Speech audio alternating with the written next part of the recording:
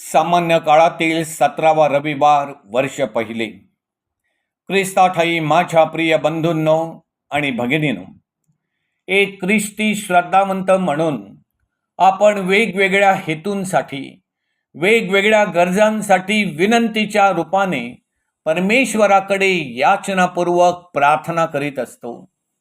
प्रार्थना करीत असताना आपण नक्की काय करतो याचं आपण स्वतःनं मूल्यांकन केलं तर आपण जाणीव होईल की आपल्या प्रार्थनेतील आपले हेतू, आपल्या विनंत्या बहुतेक वेळेला याहिक आणि जागतिक गरजांवर आणि सुखावर अवलंबून असतात, आधारलेल्या असतात.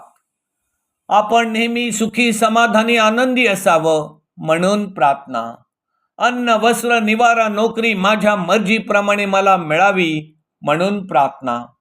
मला निरोगी आरोग्य लाभावं आणि दीर्घायुष्य मिळावं म्हणून प्रार्थना. जीवनात उद्भवलेल्या संकटातून, अडचणीतून, अरिष्टातून त्वरित माझी मुक्तता व्हावी म्हणून प्रार्थना. आपल्या बहुतेक प्रार्थना हेतू या पृथ्वीवरील जगाच्या जगण्याशी निगडीत असतात. आपल्या शारीरिक गरजा, आपल्या शैक्षणिक गरजा, आपल्या मानसिक, भावनिक आणि बौद्धिक गरजा तृप्त करण्यासाठी आपण आयुष्यभर झटत असतो, धडपडत असतो. यात काही गैर आणि चुकीचं नाही. मानवाच्या बाबतीत हे स्वाभाविक आहे. परंतु आपणापैकी किती जण आपल्या आध्यात्मिक, आपल्या आत्मिक आणि नैतिक जीवन तृप्तीसाठी प्रामाणिकपणे झटतात, धडपडतात आणि त्यासाठी प्रार्थना करतात, याचना करतात. बंधूंनो आणि भगिनींनो, आपणापैकी किती जण आपण श्रद्धेत आणि विश्वासामध्ये आणि ख्रिस्ती मूल्यामध्ये वाढावेत म्हणून परमेश्वराकडे प्रार्थना करतात? आपणापैकी किती जण आपल्यामध्ये परमेश्वराची आदरयुक्त भीती निर्माण व्हावी, जीवनात परमेश्वराला आपण नेहमी केंद्रस्थानी ठेवण्यात यशस्वी व्हावेत म्हणून किती जण प्रामाणिकपणे प्रार्थना आणि याचना करतात? आपल्याकडून कोणावरही कोणत्याच प्रकारचा अन्याय, अत्याचार होऊ नये, माझ्या बोलण्यानं, माझ्या वागणुकीनं आणि वर्तणुकीनं कोणीही दुखावला जाऊ नये म्हणून आपणापैकी किती जण विश्वासपूर्वक याचना करतात? परमेश्वराच्या एकही आज्ञेचं माझ्याकडून उल्लंघन होऊ नये, परमेश्वराच्या इच्छेविरुद्ध मी कधी जाऊ नये म्हणून आपणापैकी किती जण परमेश्वराकडे प्रार्थनापूर्वक विनंती याचना करतात? रविवार पवित्र पाळण्यामध्ये मी कधी कमी पडू नये, माझ्या वैयक्तिक व कौटुंबिक प्रार्थनेमध्ये कधीच खंड पडू नये, व्यत्यय येऊ नये म्हणून आपणापैकी किती जण प्रामाणिकपणे प्रार्थना करतात? माझं मन, माझं हृदय, माझं अंतःकरण त्या प्रभू येशू ख्रिस्ताप्रमाणे, त्या पवित्र मरियेप्रमाणे नेहमी शुद्ध, स्वच्छ, निस्वार्थी असावं. द्वेषाचा, तिरस्काराचा त्याला कधीच कलंक लागू नये म्हणून आपणापैकी किती जण परमेश्वराकडे प्रार्थनेच्या रूपात विनंती करतात? मी सेवाभावी बनावा, मी दुःखितांचे नेहमी सांत्वन करावे, संकटग्रस्तांना मदतीचा हात देण्यासाठी मी सदैव तयार आणि तत्पर असावे म्हणून आपणापैकी किती जण प्रार्थना आणि याचना करतात? स्वतःच्या वैयक्तिक प्रार्थनेमध्ये आपण दुसऱ्यांसाठी कधी प्रार्थना करतो का? राजांच्या पहिल्या पुस्तकातून घेतलेल्या आजच्या वाचनामध्ये परमेश्वरानं शलोमोन राजाला रात्री स्वप्नात दर्शन देऊन म्हटले, तुला माझ्याकडून जे काही हवं ते माग. शलोमोन जागतिक सुख चैनीसाठी, स्वतःच्या वैयक्तिक लाभासाठी, स्वतःच्या स्वार्थासाठी आपणास दीर्घायुष्य लाभावं, शत्रूंचा आपण नायनाट करावा, आपल्याकडे अमापशी संपत्ती असावी म्हणून परमेश्वराकडे काही मागत नाही.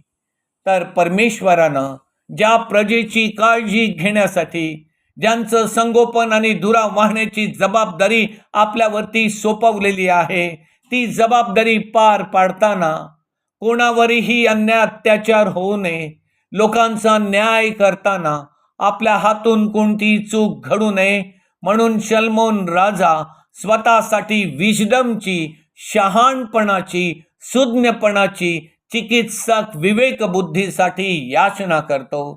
शलमोन राजानं स्वतःच्या वैयक्तिक लाभासाठी काहीच न मागता जनतेच्या आणि प्रजेच्या हितासाठी आणि भल्यासाठी जे मागितलं ती बुद्धिमत्ता व विवेकी चित्त परमेश्वरानं त्याला बहाल करताना म्हटलं, तुझ्यासारखा पूर्वी कोणी झाला नाही आणि पुढे कोणी होणार नाही. बंधूंनो आणि भगिनीनो, आजच्या मत्ती लिखित शुभवर्तमानामध्ये आम्हा श्रद्धावंतात सांगण्यात आलेलं आहे की स्वर्ग राज्याचं मोल अतिशय मोलवान आणि मूल्यवान आहे.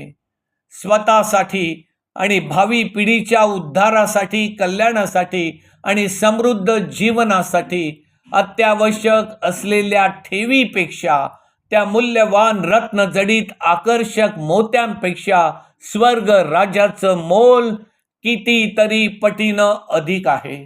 या स्वर्ग राज्याची तुलना जगातील कोणत्याही मूल्यवान, किमती आणि भारी वस्तूंशी होऊ शकत नाही. इतकी ती मौलिक आणि महनीय आहे.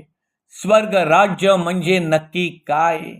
ते या पृथ्वीवर निर्माण झालं तर या जगामध्ये काय होऊ शकतं, काय घडू शकतं याची जाणीव ज्यांना झालेली आहे ती व्यक्ती हे स्वर्ग राज्य या पृथ्वीवर आणण्यास, आपलं सर्वस्व पणाला लावण्यास मागे पुढे पाहत नाही.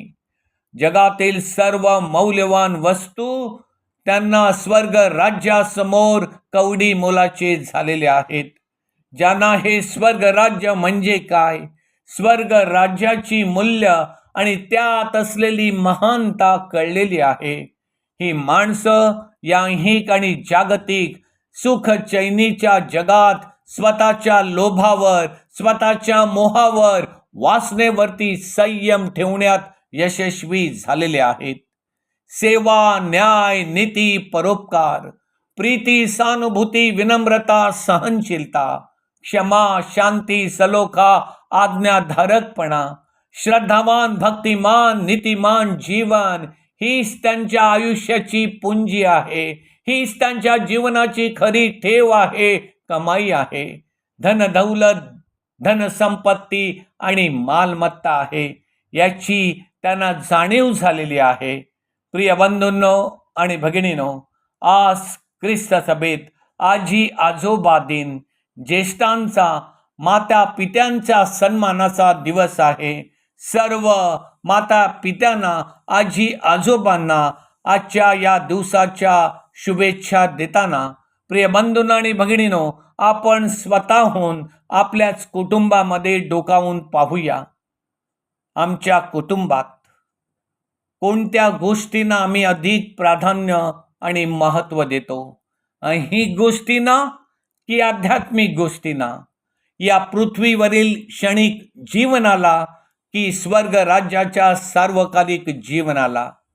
आम्ही आमच्या कुटुंबात ज्येष्ठांना मानानं, सन्मानानं वागवतो का? की ते आम्हाला आमच्या कुटुंबामध्ये नकोशे झालेले आहेत? 1 महिना इथं, 1 महिना तिथं, आणि दोघंही कंटाळले की वास्तव्यासाठी वृद्धाश्रमात. आम्ही आमच्या मुलांना शिक्षण देतो, पण त्यांना सुशिक्षित बनवतो का? सगळ्या सुखसोयीनं, फॅसिलिटीजनं, डिजिटल इक्विपमेंट्सनं आमचं घर संपन्न असतं, पण त्या संपन्न घरात परमेश्वराला थारा आणि परमेश्वराला स्थान असतं का? आम्ही आमच्या मुलांच्या सर्व गरजांनी लाड पुरवतो, पण त्यांना ख्रिस्ती श्रद्धेत, ख्रिस्ती मूल्यामध्ये, ख्रिस्ती विश्वासामध्ये आम्ही वाढवतो का? आम्ही त्यांना ख्रिस्त देतो का? पालक या नात्यानं मुलांचं करिअर घडवण्यासाठी आम्ही धडपडतो, त्याचबरोबर त्यांचं कॅरेक्टर, त्यांचं नेचर घडवण्यासाठी आमची धडपड असते का? चवदार खाणं पिणं करण्यासाठी कधी हॉटेलमध्ये कधी धाब्यावर, मौज मजेसाठी प्रेक्षणीय स्थळी आम्ही त्यांना घेऊन जातो. त्याबरोबरच आम्ही त्यांना अनाथालये, वृद्धाश्रमे, मतिमंद गतिमंद विकलांग, अपंगांसाठी, दीनदलितांसाठी, कुष्ठरोग्यांसाठी असलेल्या सेवाभावी संस्था कधी दाखवतो का? तिथं आम्ही कधी त्यांना घेऊन जातो का? माझी मुलगी, माझा मुलगा इंजिनियर व्हावा, डॉक्टर व्हावा, पायलट व्हावा, आर्किटेक्ट व्हावा असं आम्हा पालकांना वाटत असतं. तो भक्तिमान, नीतिमान, श्रद्धावान बनावा, सेवाभावी व्हावा, समाजसेवक व्हावा, ईश्वरी हाकेला त्यानं होकार द्यावा असं आम्हा कधी पालकांना वाटतं का? त्यासाठी आम्ही आमच्या कुटुंबामध्ये प्रार्थना करतो का? आमच्या कौटुंबिक जीवनाचा कल नक्की कुठे आहे? या पृथ्वीवरील क्षणिक जगात की शाश्वत सार्वकालिक जीवनात, त्या स्वर्गीय राज्यात? आमेन.